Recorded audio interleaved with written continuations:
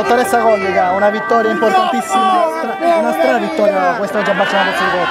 Stravittoria perché con questi numeri non ce le immaginavamo nessuno. Barcellona voleva cambiare pagina, ci è riuscito, l'entusiasmo di questa gente è la dimostrazione che veramente lei per 5 anni governerà questa città. Certo, sono sicura di questo, perché vedete attorno a me ci sono i barcellonesi e quindi i barcellonesi lavoreranno insieme a me per migliorare questa città. Quando ha capito che poteva vincere queste elezioni?